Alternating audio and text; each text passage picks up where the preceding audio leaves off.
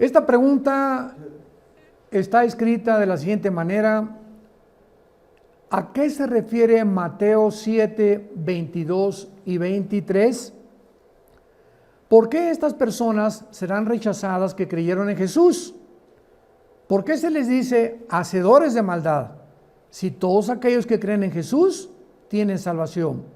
Vamos a dar lectura a Mateo 7, 22 y 23 para contestar esta pregunta. Muchos me dirán en aquel día: Señor, Señor, ¿no profetizamos en tu nombre y en tu nombre echamos fuera demonios y en tu nombre hicimos milagros? Y entonces les declararé: nunca los conocí, apártense de mí, hacedores de maldad. Aquí tenemos que recordar algo muy importante. El cristiano no es conocido por las obras, los talentos o por los dones, porque los mormones hablan lenguas, hay tribus indígenas que hacen milagros, hay faquires en la India que han hecho milagros a través del poder de Satanás.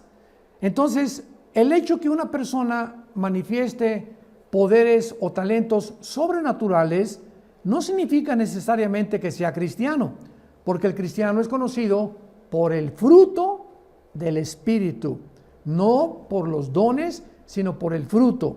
Dice Gálatas 5, 22 y 23 que el fruto del Espíritu es amor, gozo, paz, dominio propio, paciencia, etcétera, etcétera. Entonces es importante que entendamos esto.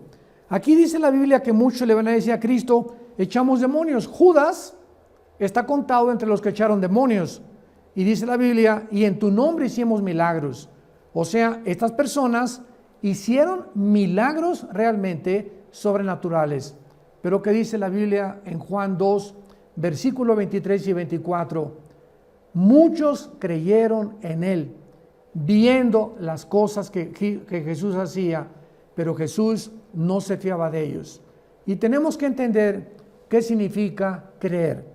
Creer significa, recuerda esto, confiar. Te voy a contar una historia para que puedas relacionarla.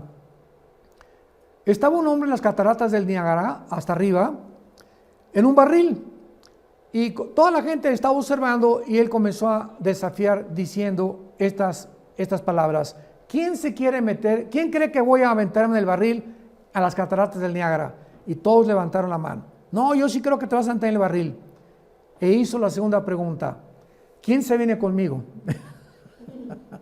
¿Quién se mete conmigo al barril? Y ya nadie levantó la mano.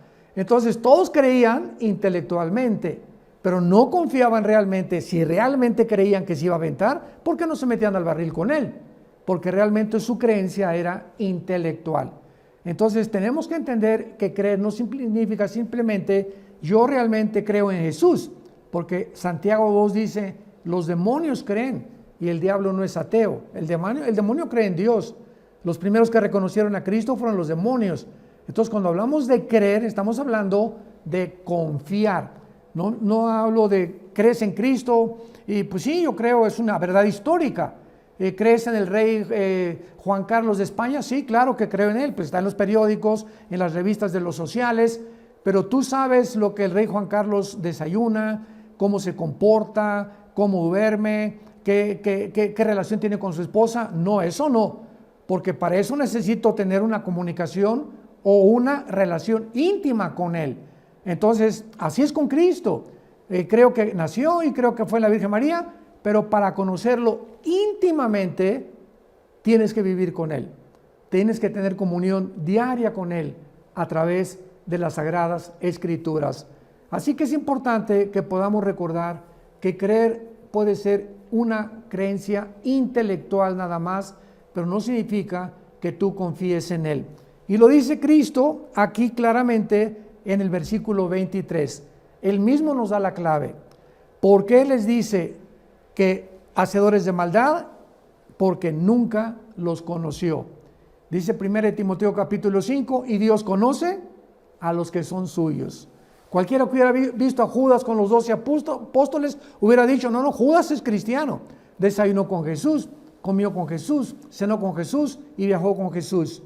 Pero en su corazón, Judas nunca confió que él realmente pagaba en la cruz por sus pecados. Por eso las monedas de plata que le entregaron los sacerdotes, las aventó al suelo y las tiró. ¿Por qué? Porque él aparentemente tuvo un remordimiento, pero no arrepentimiento. El remordimiento es sentirte mal. Bueno, sí, me siento mal, he hecho esto y aquello, pero si tú no te vuelves a Dios después de arrepentirte, de nada te sirve tu remordimiento. La persona que se arrepiente, como Pedro, que negó a Cristo, cometió alta traición. Pedro contra Jesús lloró amargamente y se volvió a Jesús. Y Judas no, fue y se quitó la vida, porque creyó intelectualmente, pero nunca confió, porque si hubiera confiado, nunca se hubiera quitado la vida. Hubiera creído que Jesús hubiera perdonado sus pecados. Qué importante es que conozcamos la Biblia para hacer diferencia entre los que dicen creer y los que dicen confío en que Él es el Hijo de Dios.